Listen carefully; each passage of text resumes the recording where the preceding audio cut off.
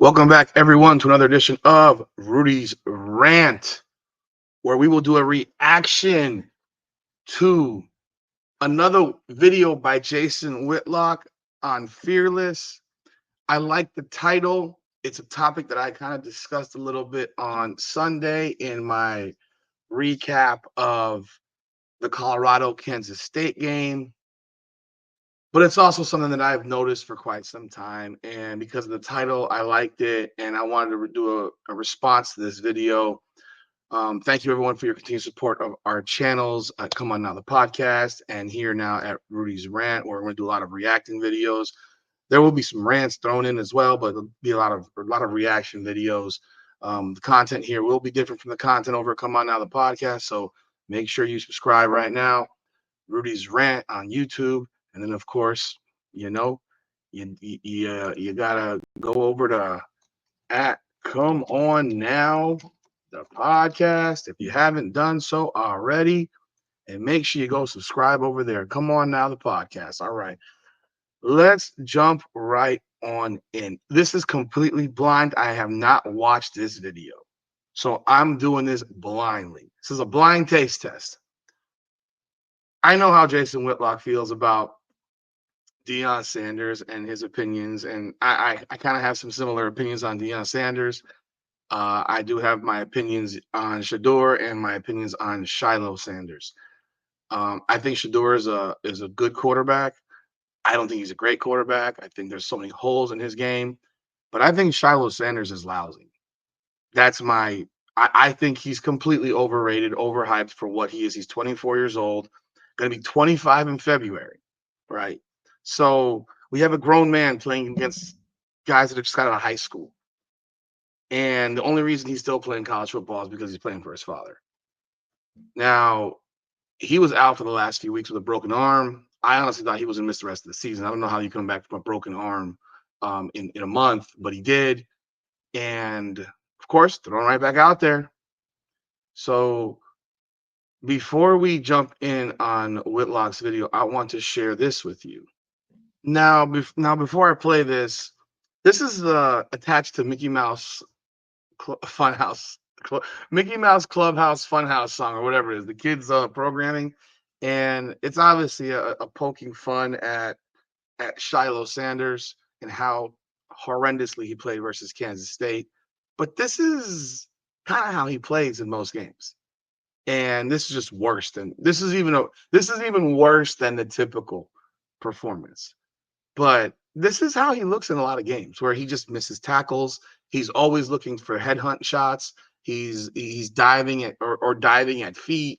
He doesn't break down well. He's not very fast. So you see all these holes. And against Kansas State, DJ Giddens made him look absolutely silly over and over and over and over again. And at the end of the day, Deion Sanders, when interviewed in the post-game press conference, said that Shilo played horrible. Played horrible. So why did he keep on playing? And that's what I think a lot of this video with Whitlock will probably be about, is that why did he actually keep on playing? So let's take a look at this video.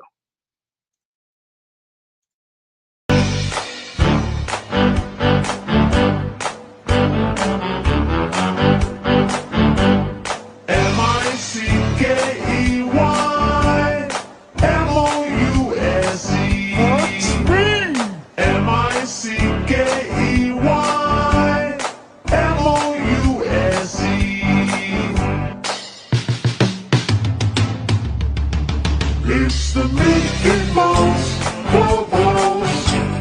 Come inside, it's fun inside. It's the Mickey Mouse Clubhouse. Roll call.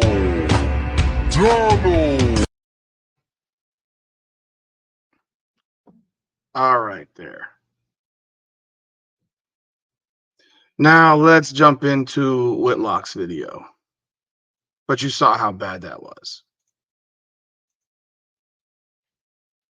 I didn't even get into this in my opening rant, but I am now that you're here because people are saying, man, I thought you gave Deion credit.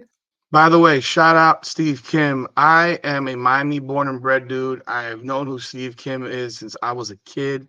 He was a writer for the Miami Herald. I remember reading his stuff when I was a kid. Shout out Steve Kim, the Hurricane baby. I'll definitely be doing something on JB. That's at some point. That's for sure. You know, and it was a competitive game, but I left out my number one complaint with Deion this weekend. Shilo. Sorry about that. Shilo Sanders. Okay. They rush him back into the lineup. He plays like dog doo-doo. Deion acknowledges he plays like dog doo-doo. Why was the kid never benched during the game? How could? Why? Because it's Deion's kids. Deion will never bench his own kids. It's embarrassing. He'll watch his son get absolutely slaughtered out there, and yet he won't do anything about it. The same reason he won't bench Shador when Shador does dumb stuff. Now, I don't think Shador deserves benching really all that much, if ever.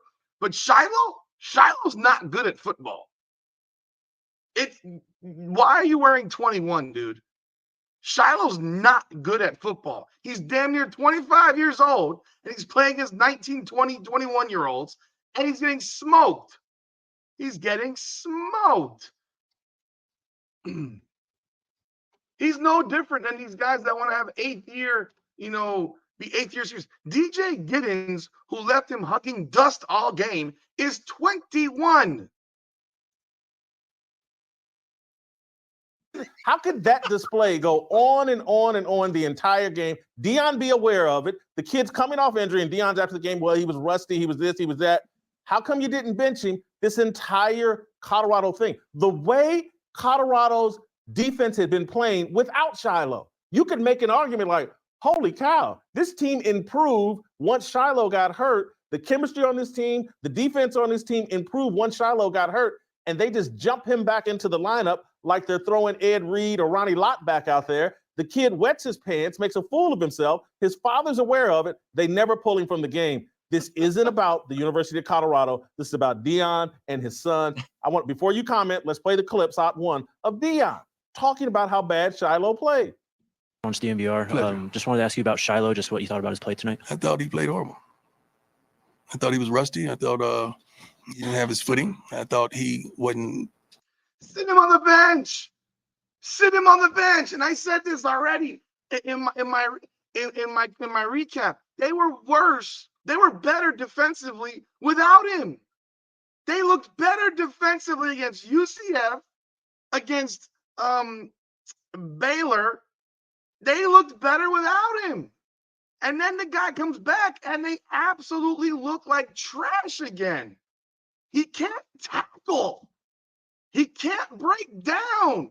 And Dad is sitting here saying, he played horrible. He was rusty. Then sit him on the bench. Earn your fucking time, bro. Breaking down, he was coming up trying to make the play, but open field one-on-one tackle with that kind of back is that ain't an easy task. But he's going to do better. I know what he has in him. Deion's a defensive back. He could see it in real time. His son's out there playing poorly. Didn't pull him out of the game. They've been playing great defense in the games that Shilo was out. This made no sense to me. Again, Deion's got to humble himself. This is about Deion first, Shador second, Shilo third, and everybody else. Travis Hunter, I maybe put third and then Shilo. But everybody else, it doesn't matter. If I was the kid that got set down for Shilo and then watched that mess Shilo put on, I'd be in the transfer portal today. Anyway, your thoughts. You said Ronnie Lott, more like Ronnie Not. I mean, look, people always talk about the issue of nepotism. That's why there's laws against this, right? A lot of state levels. There's no doubt about it. Shador Sanders is one of the best quarterbacks in college football. So there's no problem there. I think you bring up a good point. Is he the best strong safety on the Colorado Buffaloes? I mean, that one play where DJ Giddens shook him out of his shoes. Here's the difference between when Deion missed a tackle and when Shilo did. Deion will tell you, I was making business decisions. He didn't want to tackle. Shiloh's actually trying to. And that is an issue. And I'm watching this game, and I thought it was really interesting that if Colorado would have somehow won that game, despite being outplayed for much of it, and you look at the numbers, time of possession, first down, total yards, Chris Kleiman, I think, would have been absolutely lampooned the way he handled the last drive or two. When they had the lead before the pick six, that guy got tripped up, right, by Hodge. How you don't give the ball to DJ Giddens on 2nd and 6. You're inside Colorado territory with 4 minutes to go, and I'm thinking, okay, it's Giddens time. You dance with what brung you. And they went with 3 straight passes. And I'm thinking to myself, Colorado may be among the luckiest teams I've ever seen. I know people are going to get upset by that. You look at the way Baylor botched that Hail Mary at the end. I'm just telling you, this is not second guessing. When it was 2nd and 6 on that drive, before they retook the lead, I kept saying, okay, hitch your wagon to 31. That kid is running over people. He's running hard. Get Dylan Edwards out of there. He's a little scat back. But again, look, I give Colorado credit for this, though, Jason. They are consistently in some dramatic, exciting, entertaining games. They are the most fascinating reality show in college football by far. Let's talk about that real quick. And I did mention this in my video as well. And it goes beyond those final 3 plays where they threw when they're 2nd and 6 inside the Colorado 35-yard line or whatever it was. And you're pounding the ball down the field and you can run the clock out potentially. After they intercepted Colorado at 24-14, and Chris Kleiman has Dylan Edwards on the field and not DJ Giddens in the 4th quarter. And you hand the ball between the tackles to Dylan Edwards, not once, but back-to-back plays. And you get 2 yards total. And then you put Giddens in there on 3rd down. Giddens is not a 3rd down back. He's an every down back. This is not a time to experiment, to play around. This is the time to put your foot on someone's throat and end the game. And if you get 2, 3, 4 first downs, you run almost all the clock off of it. You're probably in field goal range at the very least. Or maybe you score. Because they hadn't stopped Kansas State all game. Kansas State stopped Kansas State. And if you actually look at the videos like this, where you have Shilo hugging for air constantly, a large part of the reason they couldn't stop Kansas State in any way was because they couldn't tackle DJ Giddens. And your strong safety can't tackle. He's not good. And that's what's crazy about it, is that there's some belief that Deion Sanders is a good player. He's not. He's damn near 25 years old. He's damn near 25 years old. He looks to headhunt people. How do you think his arm broke? His arm broke trying to put a forearm into someone's helmet, which he did to DJ Giddens at one point when Giddens was already on the ground. I was shocked that did not get looked at for a targeting. Shilo draws personal fouls like crazy. He hurts his team. He misses tackles. He's not technically sound. His technique sucks. And yet he doesn't get taken off the field. Anyone else is off that field. There's no logical reasoning why he was still playing. He wasn't missing just tackles. He was missing tackles everywhere. Not just open field tackles on DJ Giddens. He couldn't cover the pass. He couldn't cover the run. He couldn't cover anything. He did not fill the holes properly. I mean, it was bad. That little clip you saw, his own father says he was horrible. If he's horrible, why is he still playing?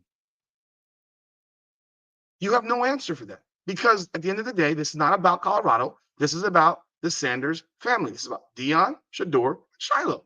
And then on it, and then we're gonna burn Travis Hunter until he's got nothing left and gets hurt. Which happened. Which I said would happen, which I will hit on another video, because I'm so aggravated about the Travis Hunter situation, because it should never have happened. But it happened because Deion's a selfish prick. And he only cares about one thing, looking good himself. Not development, but looking good. He wants to win so bad that he will sacrifice someone's future for the present of a bad college football team. Yes, they are lucky. Baylor game, they should have lost. That was a gift. An absolute gift. The North Dakota State game, they really should have lost. Another gift. UCF, they walloped them. This team should be 2-5 right now. Or 2-4. Because they should have lost to North Dakota State. They lost to Nebraska. Should have lost to Baylor, and they lost this game. They should be 2-4 right now, not 4-2. But they got those wins. And if they had won this game, people will be talking about this team like it was a contender for the college football playoff, which is laughable. It's crazy to me to listen to see what I saw and see a player who is so just inept. And people will say that I called him a bum, I guess, in the video. He's a bum. He's not good. Anyone else not being Shilo Sanders, you're not caring if someone's being called a bum, because there's lots of bums playing college football that got no business being on the field, and they don't play. When did we get all sensitive about calling a player a bum? I mean, my God, There are television shows on ESPN that have made livings off calling someone a scrub and a bust and a bum and all that. I mean, come on. Come on. Like, are we that sensitive now about everything in sports? It's crazy. But they were lucky. And yes, Chris Kleiman got away with it because first that possession after the pick, he has Giddens not getting the ball. And then you have the ball after they make it 24-21 and you throw the ball 3 straight times. It made no sense. They couldn't tackle him. But let's continue.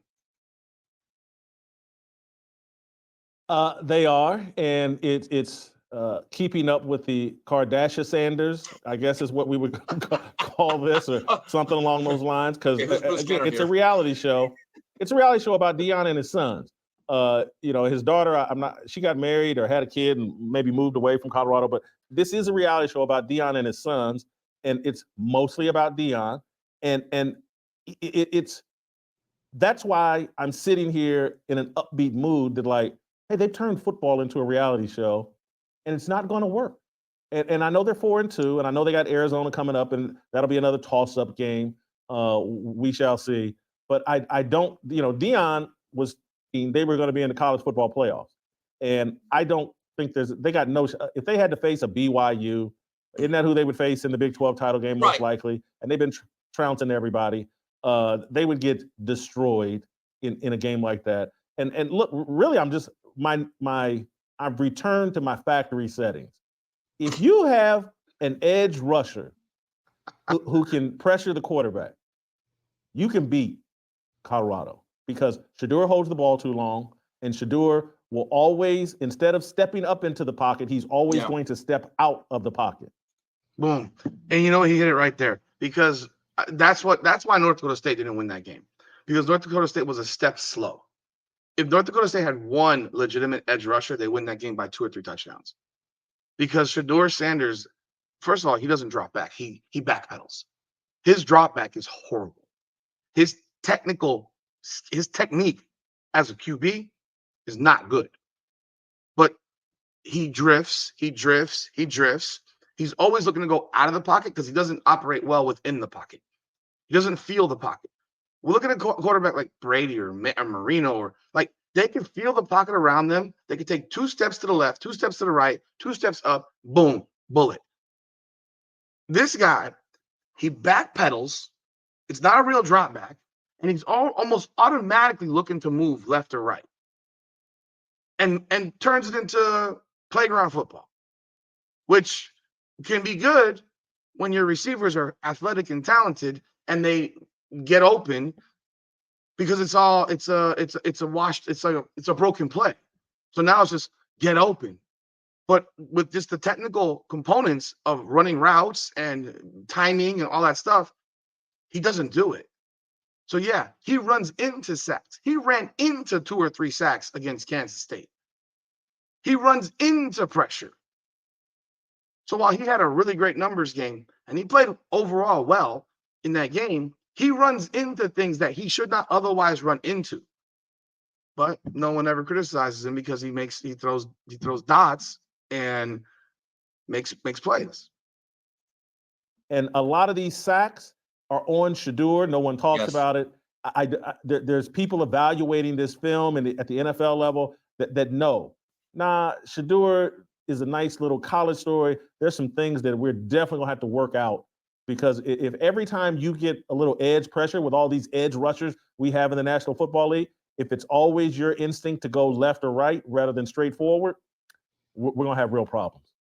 Jason, in college football, sacks are counted in the rushing yards, so that has to be taken into account.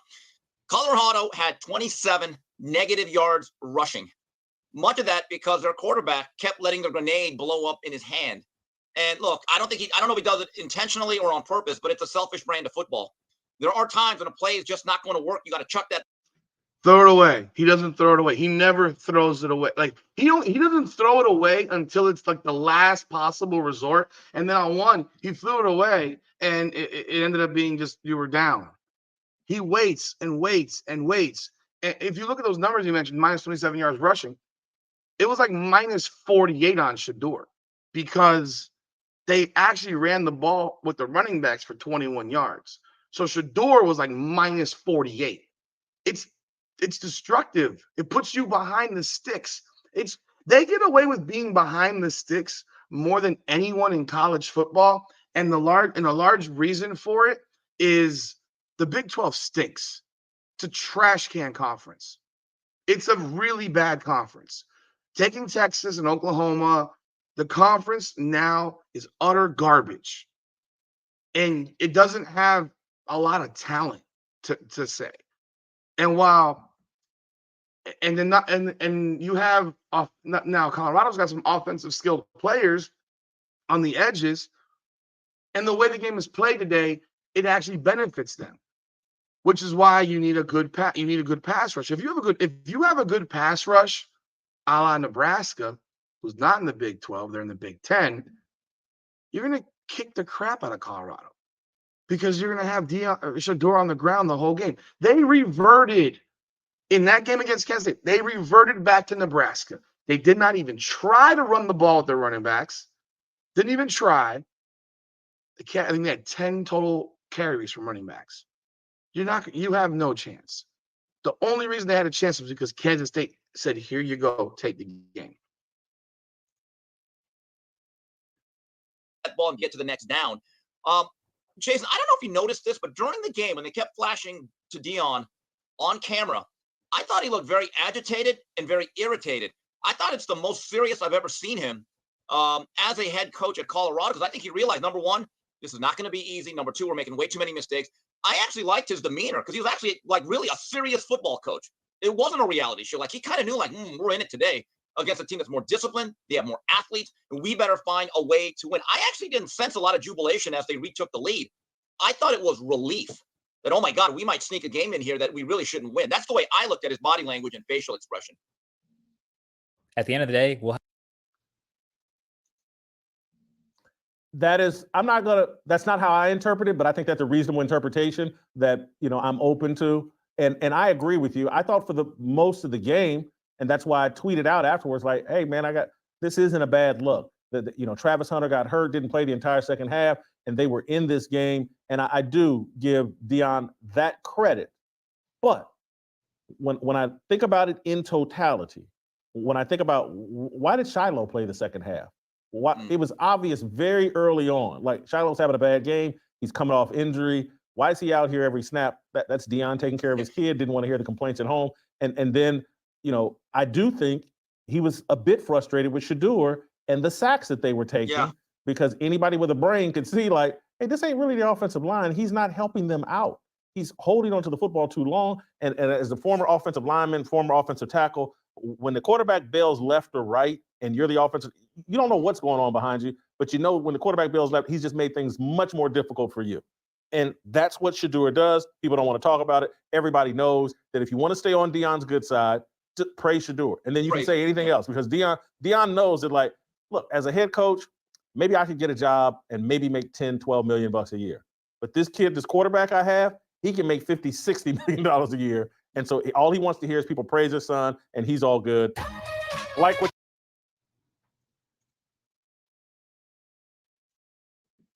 Thank you to Jason Whitlock for that video content. I completely agree with this video. I don't always agree with everything that Whitlock says. I think Steve Kim is hilarious. I just think he's funny as hell. But I agree with this, and this is what I said in my video a couple of days ago. You have a guy on the field who's not performing, and yet you leave him out there. Anyone else on this team is going to be sitting on the bench. Anyone else.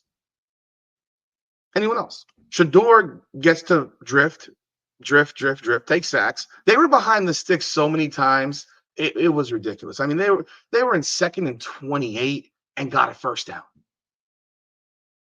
And that's like, and that's where you're sitting here as you're watching, and you're like, what the hell is Kansas State doing? How do you have them in 2nd and 28 and give them a 45-yard pass play down the field? Where's your safety help? You can't just give them a 45-yard bomb. That's all these guys want to throw. And in fact, a lot of the throws that he makes, he throws to the back. He throws short because because he wants the receiver to come back to potentially draw a personal foul. I mean, I'm a pass interference, but you give him a first down. And I think some of those throws are done strategically because he'll see the DB's not looking back and just running with the wide receiver. The wide receiver's looking back, and he sees the ball short, and he just runs right into the DB, which to me is the most cop-out pass interference call there is, because the guy's not otherwise ever going to catch. He wasn't going to catch the ball to begin with. But anyhow, let me know your thoughts on this. Let me know your thoughts on Whitlock's video, my comments, and the thoughts of how Deion Sanders, who says his own son played horribly, yet still was on that field the entire game, and their defense, because he was on that field, was so much worse than it's been the last couple of weeks. Leave your thoughts in the comments. Love to hear what you guys say. Thank you so much, and be sure to pop on and subscribe to Rudy's Rant. And come on now to podcast. Let's go.